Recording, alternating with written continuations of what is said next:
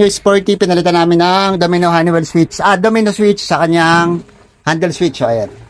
Yung may passing, no? Ito, dalawang klase kasi ito. Isang may passing, isang may on-off ng kanyang headlight. So, ito yung may passing. Tapos ito, nilagyan rin namin siya ng kill switch. So, ayan. Meron diyang emergency stop, no? Kill switch. Ito. So, on natin. Paanda rin natin yung motor.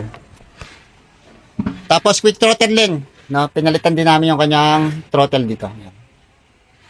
Quick start.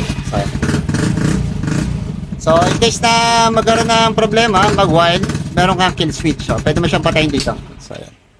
So, hindi na mapapaandar basta naka-off yung kanyang kill switch. On natin.